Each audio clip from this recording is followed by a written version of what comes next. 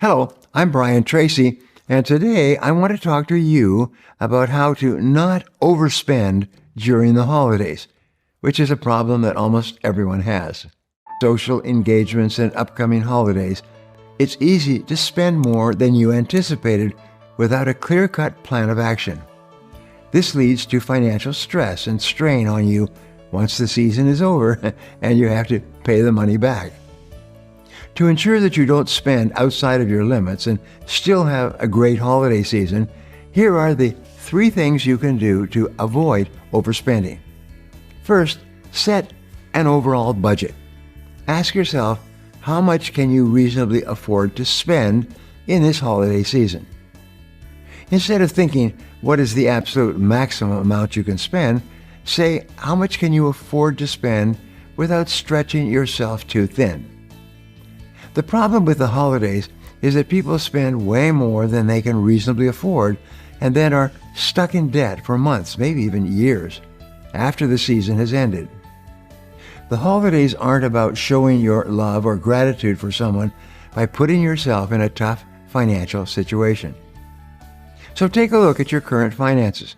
Figure out the approximate cost of your monthly expenses and bills, and then determine how much money you want to save. Remember, it's recommended that you save 10% or more of your income. Then you can attribute whatever is left over to gifts, plus whatever you saved specifically for gifts previously. Once you've set your overall budget, the next thing you'll want to do is to set budgets for each individual person or even occasion on your list. Obviously, there will be people who you spend more on, such as your kids, parents, or significant other. Once you've set a budget for those closest to you, then determine how much that you can spend on everyone else. Remember, the holidays aren't just about giving and receiving gifts, so don't feel obligated to get one for every single person you know. Just because you work with Joe or Cindy doesn't mean that you have to get them a gift for the holidays. If you do feel obligated to get gifts for your coworkers, suggest doing some sort of gift exchange to your employer or give them homemade presents. It's the thought that counts. Finally, to ensure you do not overspend this holiday season, keep track of your spending. None of this budgeting will do you any good if you don't actually keep track of what you're spending to make sure that you're staying within your budget. It's easy to become impulsive during this time of the year and feel tempted to spend more than you budgeted for if you think you have found the perfect gift. The key is to not get caught up in that trap and to only purchase items that fit into your budget no matter what. Keep all of your receipts and enter them into a spreadsheet or mobile app with all of your set budgets to stay on top of your spending. However you choose to do it, just make sure that you always know exactly how much you've spent per person and overall so that you don't go over your budget. Great leaders know how to think effectively, make good decisions, and take purposeful action by developing good habits. Download my free report on the power of habit and learn how today. Now, I'd love to hear from you, so my question today is, what can you do to not overspend during the holidays? Think it through in advance and then follow your plan. Leave a comment below and I'll be sure to follow up with you. Thanks for watching, and remember, if you want to change your future, take action, and take action now. If you enjoyed this video and feel it was valuable in teaching you about how to not overspend during the holidays, subscribe to my channel, like this video, and share this video with your friends. Don't forget to click the button on the screen for a free gift. Thanks again for watching. Strategic planning is an essential part of the success formula. Your ability to create a clear and organized strategic plan will largely contribute to your success and wealth. In fact, it's virtually impossible to succeed greatly unless you have a clear idea of where you're going and how to get there. So here are 3 key factors to remember when devising a strategic plan. Number 1 is you are in business for yourself. This means that everything that is ever going to happen to your personal success corporation, your personal business, is up to you. No one else can be expected to do it for you. Now here's a perverse law. The more that you accept that you are responsible for doing whatever it is, the more others will line up to help you. So therefore you say these words, if it's to be, it's up to me. Now number 2, your aim in strategic planning is to increase your return on energy. We call this ROE. Now the purpose of strategic planning in business is to increase return on equity, ROE, return on capital working in the organization. But your capital is mental, emotional, and human. Your job is to get the most out of your mental, emotional, and intellectual capital. Your job is to get the highest return on energy. My friend Ken Blanchard says you want to get the highest return on the amount of your life invested in your work. Number 3, successful individuals also have good personal strategic plans, because a good strategic plan assures that you will get the highest return on the amount of energy that you invest in anything you do. Remember, some people work 20 or 30 or 40 years and end up poor. Some people work the same number of years and in the same business and often at pretty much the same salary, and they end up wealthy.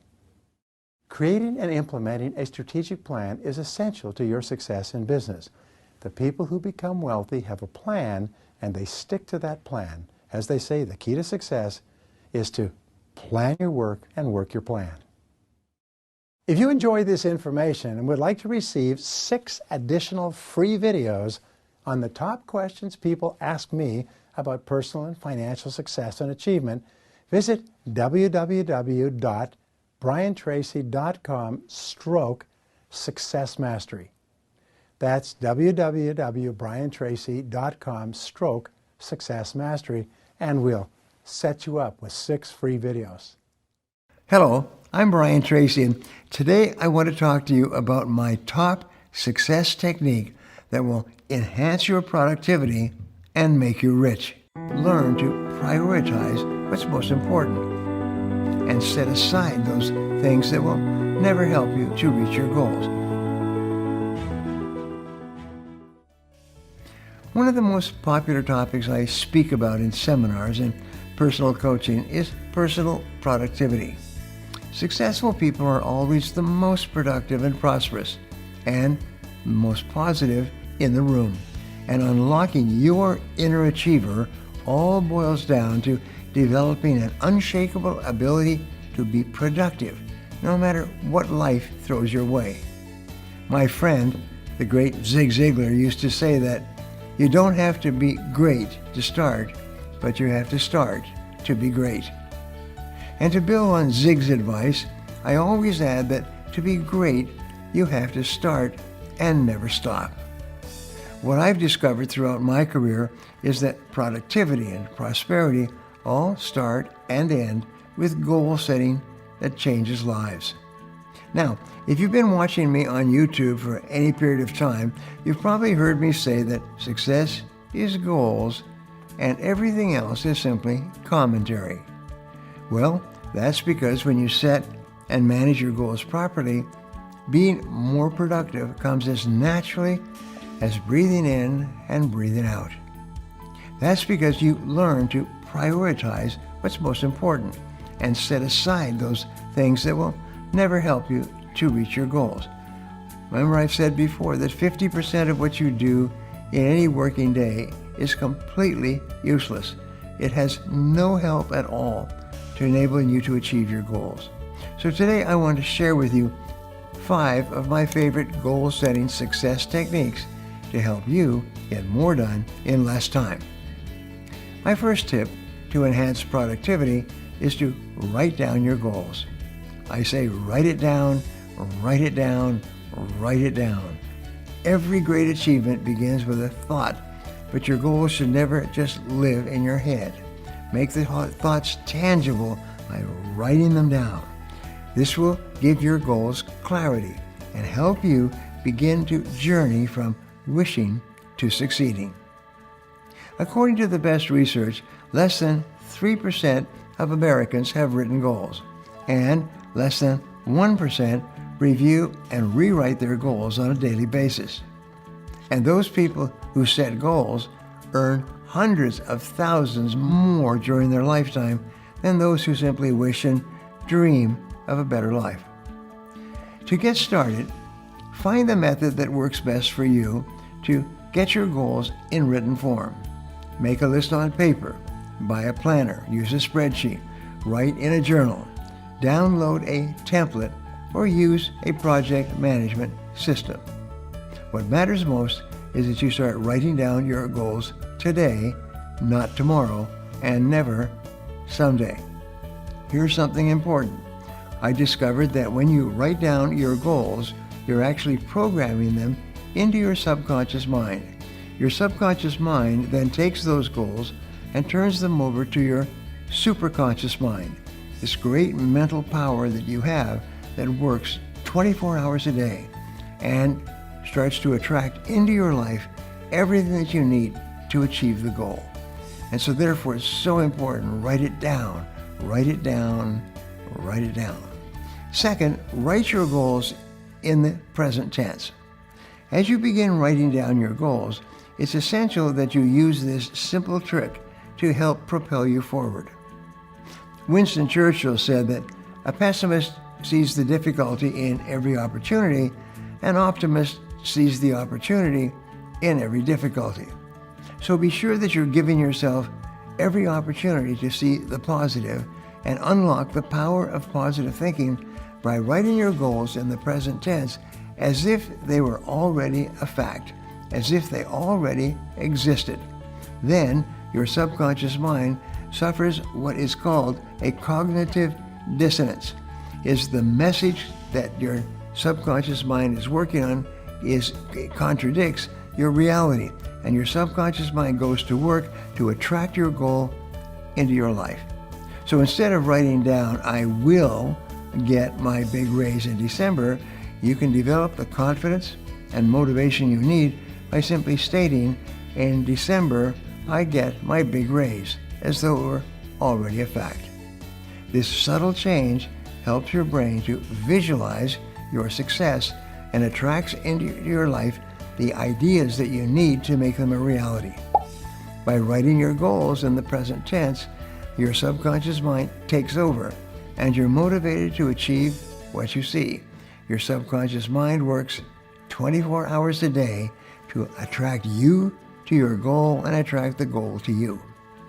Third, make sure that your goals are SMART, S-M-A-R-T. While it's good to set goals, not all are created equal. Poorly defined goals, like I want to be rich, may seem motivating in the beginning, but roadblocks can come up that make it impossible to overcome if your goals aren't properly defined. Instead, apply the SMART strategy to setting effective goals. SMART goals are specific. Instead of saying, I want to earn more money, develop a SMART goal that is clear and concise and specific. A specific goal would be, I increase my income by $150,000. That way, if you start getting off track, you'll be able to make the necessary course corrections or adjustments to move closer to your well-defined specific goal. Albert Einstein once said that your goal should be so simple and so clear that you could describe it to a 6-year-old child, and the 6-year-old child could describe it to another 6-year-old child. Make your goal measurable. You should always be able to track your progress by setting up incremental milestones to check off along the way. This will help you to stay on track. If you say, I increase my income to $150,000 in 3 years, you'll be able to track your progress both against the amount that you want to earn and against how quickly you're moving towards your goal. Make it achievable, S-M-A, achievable. Your goals should be challenging and require work to attain, but they should always be realistic. An unachievable goal will only frustrate you. When I learned about goal setting, I set down a goal to double my income within 1 year. And what happens is I made no progress at all. And then I realized that doubling my income was too big for me to get my mind around. So I reduced it to increasing my income by 50% over the next 12 months. And the most amazing thing happened is I started to move toward the goal, and the goal started to move toward me, and I did achieve it. Then I raised my goal bar, and I achieved that one, and that one, and that one.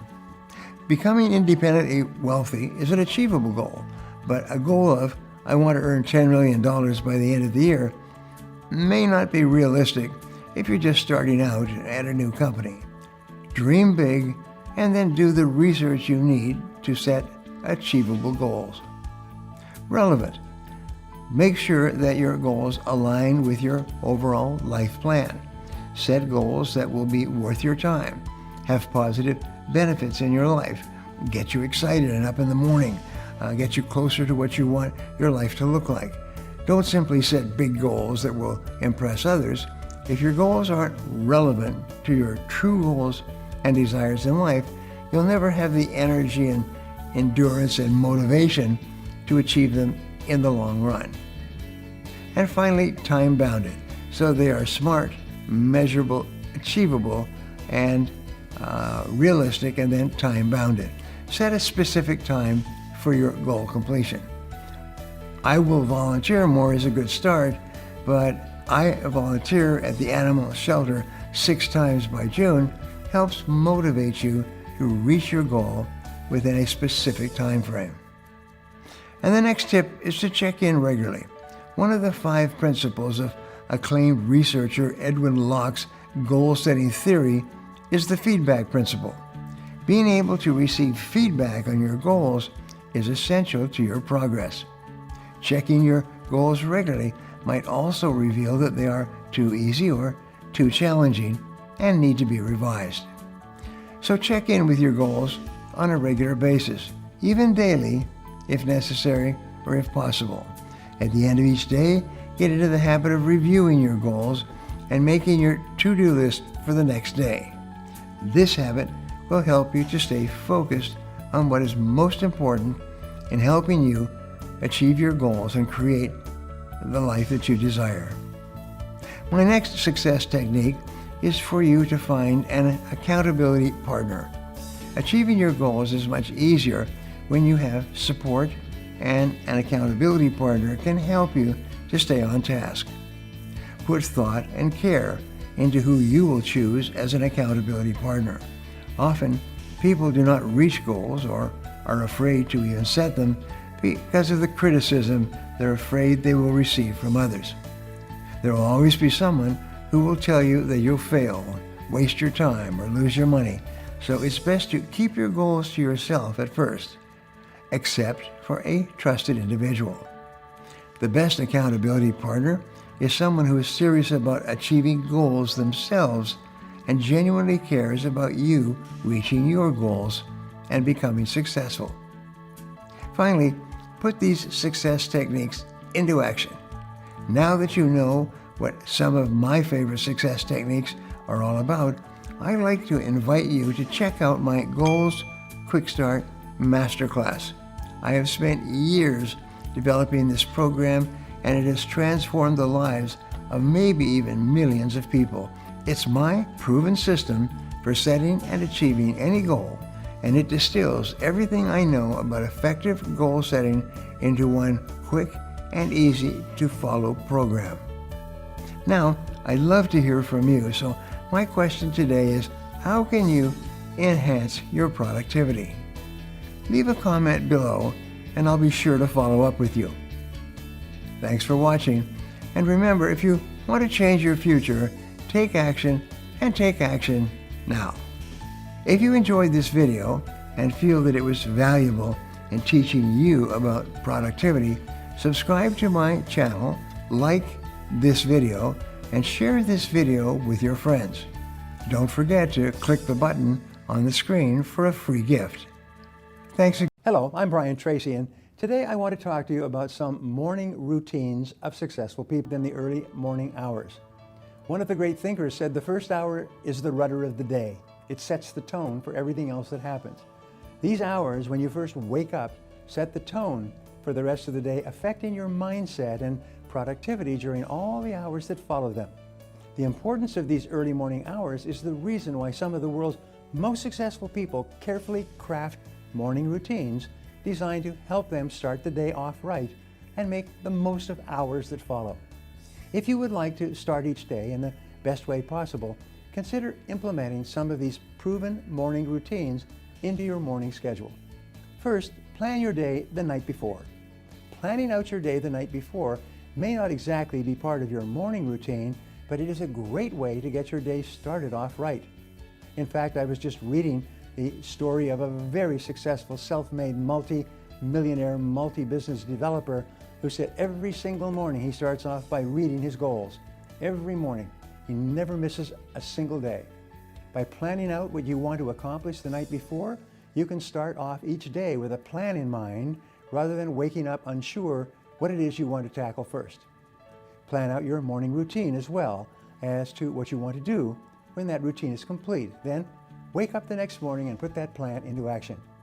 Second, set goals for the day every morning. Plan out your day the night before, but set your goals in the morning. For example, you may plan on working on a project all day, then that morning set a goal for how much of that project you want to accomplish. Setting goals in the early morning is an effective strategy since most people are ambitious when they first start their day.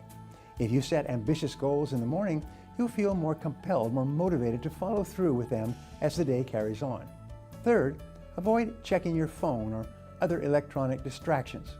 One thing that should not be a part of your morning routine is checking your phone or email as soon as you wake up. At best, it's a distraction that can interfere with the rest of your morning routine. At worst, it may relay disappointing news that can kill your motivation at a time when you need to be firing it up. Wait until the rest of your morning routine is complete and the workday has started before you check your phone. Julie Morgenstein, a time management expert, wrote a book called Don't Check Your Email in the Morning. Wait until 11 a.m. and work for 3 solid hours before you check your email, and then work another 3 hours before you check it again, and only check it 2 or 3 times a day, and in between, turn it off and leave it off. Fourth, stretch and exercise. Studies have shown that people who exercise in the morning are more likely to stick with an exercise routine than those who exercise in the afternoon. The reason is that when you wake up in the morning, you are refreshed and full of energy. In the afternoon, though, after a long day of work, you may not have the energy or the motivation to exercise. Stretching and exercising in the morning also gets your blood flowing and gives you a burst of energy and adrenaline that will help you start the day off right. Fifth, read. We discovered in the studies of self-made millionaires and multimillionaires that they all read 1 hour or more every morning. In the same way that exercising in the morning gets your body up and going, reading in the morning gets your mind up and going. Whether you are reading the morning paper, a novel, or anything else that interests you, the early morning hours are the perfect time to get a little reading in before you go off to work. My preference is always to read something that's educational or motivational or inspirational that gets you a little bit pumped. Sixth, meditate. Meditation is an excellent way to clear your mind and relieve any stress and help you focus on the task at hand. It's great for any time of the day, but it's especially beneficial in the early morning after you have done your exercise and you are woken up and your blood is flowing. Then just take a few minutes to sit quietly and let your mind calm. Before you leave for work, take the time to sit in silence, clear your thoughts, and focus on your breathing. One of the easiest ways to meditate, by the way, is just to focus on your breath, your diaphragm just below your stomach, and just think about your breath and count in. 1, 2, 3, 4, 5, 6, 7. Count out. 1, 2, 3, 4, 5, 6, 7. If you do this 7 times, you'll have a complete meditation session. Not only will morning meditation help you enjoy all of the many health benefits associated with meditation, it will also enable you to start the day with a clear, refreshed focus. Seventh, spend some time with your family. The morning may not offer much time for you to spend with your family before they are out the door, but you should take advantage of the time it does give you. Sit down and eat breakfast with them if that is an option. If it's not, at least take the time to talk with them a little while before you all go your separate ways.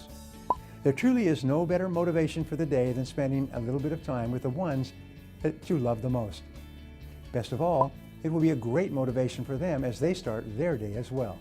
Before we wrap up, I'd like to leave you with a thought to share with your friends and followers. Your mind is like a muscle. The more you use it, the more powerful it becomes. Now, I'd love to hear from you, so my question today is, are you doing the right things in the morning? Leave a comment below, and I'll be sure to follow up with you. Thanks for watching, and remember, if you want to change your future, take action, and take action now. If you enjoyed this video and feel it was valuable in teaching you about morning routines of successful people, subscribe to my channel, like this video, and share this video with your friends. Don't forget to click the button on the screen for a free gift. Thanks again for watching. Hello, I'm Tracy, and I have personally started, built, managed, or turned around 22 businesses. But more than that, I've worked with more than 10,000 business owners, starting with business owners starting one-person businesses on their kitchen tables, and people who run billion-dollar enterprises. And one of the questions that keeps coming up is, where do you get the money to finance your business? Well, there's many different ways, and in this time that we spend together, I want to give you 10 ways that you can finance your new business, or 10 ways, the most popular and common ways for people to do it. The first way that you finance your business is with your assets. In other words, you have to finance it out of your own pocket. 68% of startup financing comes directly from the pocket of the business owner. I remember listening to a professor talk and saying, never put your own money into your own new business. And this person was a complete idiot. You cannot start a business without your own money, and nobody will lend you any money unless you've got hurting money on the table in there. So you can sell high-priced items that you simply don't need to raise the money. One of the things that I did, I sold one of my cars, I sold my furniture, I sold my house, I sold my savings accounts and my bonds and equity. You know, sometimes you have to sell a lot of stuff to get the cash you need. You can take out a home equity loan or a home equity line of credit if you have enough equity in your house. You can use 401k or IRA savings accounts, and you can also use a registered retirement savings account in Canada if you have it. Now, there are pros and cons of both of these, but the fact is that if you're really serious about starting your business, you're going to have to, like playing no-limit poker, you're going to have to go all in when you play poker. Now, a second way that you can get money to start your business is with angel investors. Now, angel investors are people who have money and they've made it through their own business and through their own careers, and what they're looking for is opportunities to get a high return on their money. I was just talking today with the head of a very, very large company, and they have put aside a reserve fund of many millions of dollars. And when companies in their industry have ideas and want to start up, they come to them and they have a series of requirements. And if the company meets the requirements, they will put in some money to see what goes on. The venture capitalists, and these are kind of, angel investors are kind of like little venture capitalists, they'll make a lot of small investments hoping that one or more of them will really explode. The reason that you use them is because there's a lot of them. They have different parameters. Some invest in high tech, some invest in restaurants, some invest in different types of businesses. They also bring with them really good knowledge of industries. So they are not only an investor, but they give you really good ideas.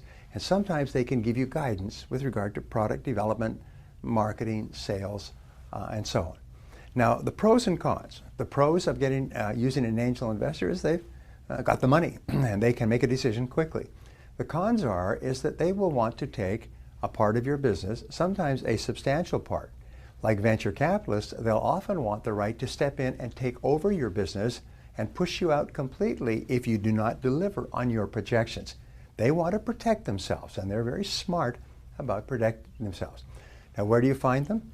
Well, you can talk to your banker, you can talk to your accountant, you can look in the newspapers because sometimes they advertise. You can go on the internet and search for them.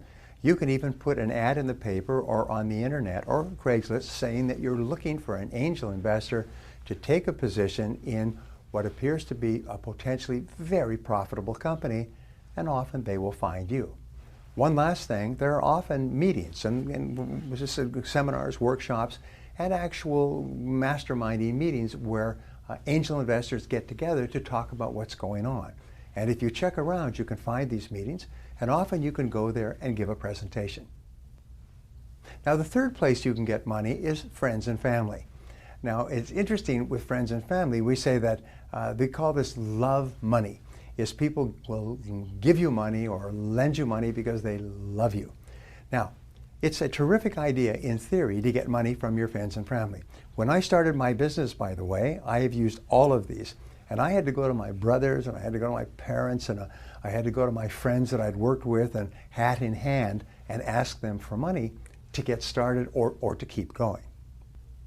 Now, there's one crucial rule when you're dealing with friends and family, is put everything in writing. Is make sure that it's absolutely clear how much they are putting in and how much they will get out and when they will get it out. For example, when I borrowed money from my friends and family, they wanted a piece of my business. So I offered them 10% of my business for a certain amount of money, 20% for another, but I had the right to buy them out by paying them twice as much as they'd invested within 3 years. And within 3 years, instead of leaving them holding part of my business, I bought them out and was able to walk away owning my business. It was expensive, but it was good for them, and it was good for me because I had the money I needed at the right time. The pros and cons of friends and family are that they can be a real pain in the neck. They can call you up every day and say, how's it going? When can I get my money back? How soon can I get my money back? And so be careful when you take money from people that you know. It can be more expensive than you realize, and not just financially. Now, another place to raise money is with credit cards. Now, it's good in theory to raise money with credit cards, but before you turn to plastic for financing, consider the risk. The pros are you can get large amounts of capital quickly. The cons are you pay very, very high interest rates. So if you're going to borrow money on your credit cards, plan to pay it back quickly, because if not, that interest will add up fast and it can eat you alive. Now, when I started off my business, one of the things I did, and somebody taught me this, get good credit before you need it. So one of the things that I did was this, is I took out credit cards and paid them all off. And I use them and pay them off. And they gradually, over time, as I was working for another company with a steady paycheck, the banks kept raising my limit.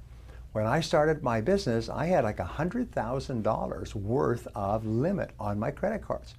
I have a friend who was working for a Fortune 500 company. He did the same thing. He took out every credit card he could. He ran them up and got the maximum limit while he was working for this huge company. And when he started his business, his limits on his credit cards just traveled with him, and they saved his financial life. They kept him alive until his business was successful. So that's one way of doing it, but it's not a great way because it's so expensive. Now, another way to raise money in financing is with bank loans. Now, it's the most amazing darn thing. People say, well, just go to the bank and borrow money. So you go to the bank and the bank says no. And you go to the next bank and the bank says no. Because, see, well, why won't banks lend me money to start up my business? Banks don't lend money to start up businesses. Banks are in the business of making good loans that they are absolutely sure can be repaid. Now, banks are the most traditional and conservative ways to finance a business, but they're the hardest loans to get. Why? It's because the banker that you're talking to, his pay, his bonus, his promotion, everything is totally determined by him making good loans. So they don't care about the fact that your business idea is a great business. They mentally put that aside. What they want is convince me that you will pay the money back even if your business collapses. So what do you need? Well, first of all, you need a solid business plan when you go to visit the bank, and you need realistic financial projections. Also, however, you need collateral or other existing business assets that they could seize in the event of a default. Here's an important point. When I started my business and I built it successfully, and then I moved to a new city where I needed to get a new loan, I went to the bank and they went back and forth with me for weeks and months, and finally they told me that they needed 500% of asset collateral for every $1 that they would lend. So I had to prove to them, I had to put up my house, my car, my royalties. I had to give them and prove to them that I had $5 for every dollar that they were advancing me. Once they were convinced of that, and he told me on the side, by the way, this is what we look for in a new business, then they lent me the money and watched me very closely. And when I paid it back over time, then they reduced their collateral requirements. So all it required was my business operations and a personal guarantee. Here's an important point. If anybody tells you, oh, you want to borrow money but don't give a personal guarantee, then they'd have no idea what they're talking about. Because I've been in business for 25, 30 years now, and I still have to give personal guarantees. Everybody does. That's just the nature of the beast, unless you have property that is so much more valuable than the loan that you can say, no, I don't give personal guarantees, and they'll say, okay, just thought I'd ask for them. They will lend you money because your asset is worth much more in the open market to sell, to cover the loan, than the amount you're borrowing. But other than that, they will always require a personal guarantee from you and a personal guarantee from your spouse. Now, another way to raise money is called microloans. Now, microloans are small loans that you can get for short terms. The supplier of microloans in the United States is called the Small Business Administration, SBA. Now, they've launched a microloan program to help small businesses secure the financing they need to either get started or to get through a tough time. To apply for a microloan is not that easy. You'll have to be within the local lending area of one of the 170 nonprofit intermediaries that process microloans. Most microlenders also require borrowers to complete business training and business planning seminars before receiving the loan. The other thing about microloans is that you have to put together a complete business plan and go to at least 2 standard financial institutions, 2 banks, and have them reject you and not be willing to give you the money as what we call a conventional business loan. Because why? It's because they're just not convinced that you are going to pay it back. With your 2 refusals, you can then go to the SBA hat in hand and say, look, I've got this great business, but because it's new or because I don't have a track record, I can't seem to get conventional financing. Can you help me? And the SBA can help you, but they're going to put you through some hoops. So if you're thinking of starting a business, you call your local SBA or you go onto the internet and you find a small business investment corporation. Often these are funded by individuals, often they're funded by governments, but their sole job is to give money or to lend money under very tight conditions to entrepreneurs and business owners, to startups who cannot get the money they need, but who have a good business idea in the first place. Now, another way you can get money is called social lending. There are so-called social lending websites where individuals can apply for loans from other individuals. Sometimes they're calling this, so what does they call it, where they monetize it and everybody puts money into a pool, and then there are people who watch it carefully who will lend out small loans. Sometimes they call them microloans because they're small loans. They're secured by your business and your credit and your word, and people will put in investments like a mutual fund, and their money will be loaned out to many small businesses. So the chance of high return is very good. They will give you 3-year unsecured loans. Now, unsecured simply means that the loan is made without any collateral. A credit card is another form of unsecured loans.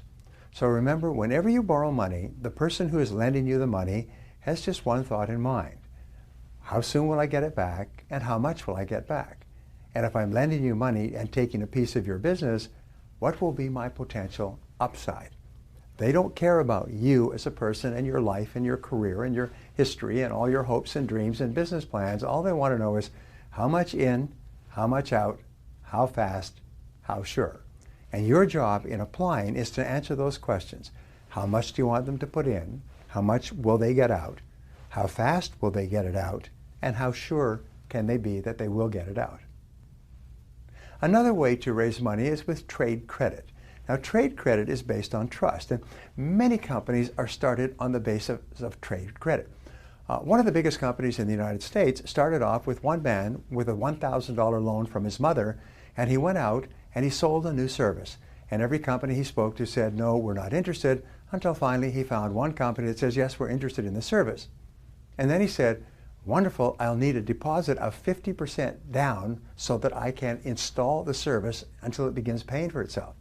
And this one customer said, all right, I have faith in you. I will pay a 50% deposit, and you can then start installing the service that you're selling. He went on to become one of the richest men in the United States. So whenever you can use trade credit, which means that you can get credit from your suppliers or even credit from your customers, you can build your business. As a new business, you're at a disadvantage because you don't have an established track record of paying invoices on time or delivering. So you need to present some credentials that you might give a bank. You might go to a supplier, a vendor, someone you're buying from. You may give them a business plan and show them your collateral, and tell them about your history and show them your financial statements, and give all kinds of proof that if they give you credit, that you will deliver on your promises. As a new business, it might take a lot of legwork and a little bit of luck to secure trade credit, but it's worth it. When I started my business, I needed credit to buy audio programs that I could then sell, and then I could pay off the cost of the programs. First of all, they wanted only cash, so I had to pay cash to get the programs to sell, but after they trusted me, they gave me 30 days. Then I could get the programs, and I could sell them, and I could pay them back within 30 days. So in a way, they were my bank, and they were financing me. After that, I could get large credit card limits, and I could buy and pay it back over 60 and 90 days. So therefore, I had no money in. I would get the product, I would sell it and turn it into cash. I would then pay for the product and keep the profits. It's just another way of doing it. And the last type of financing that we talked about before is customers. You can go to customers and ask them to pay you deposits. Ask them to pay you in full in advance. You can show your business plan, and convince people that your business is solid so that they can feel confident giving you money even before your business is off the ground. Now, there are many situations where this is possible. Opening a new business, for example, you can get trade credit, you can get credit from contractors, you can get credit for furniture, especially you can get credit for the products and services that you're going to resell. We call this kiting.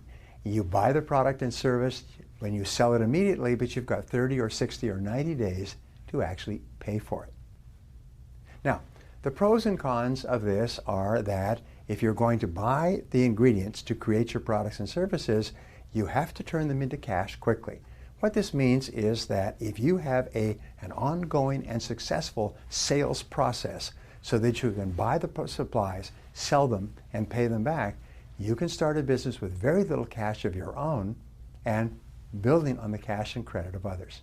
So there's lots of ways to start a business. There's actually 14 more ways that you can do it, and those ways are available to you. But the wonderful thing is this, is that if you are creative and you're determined, you can start a business with very little money down, with very little of your own money, and with very little of anybody else's money.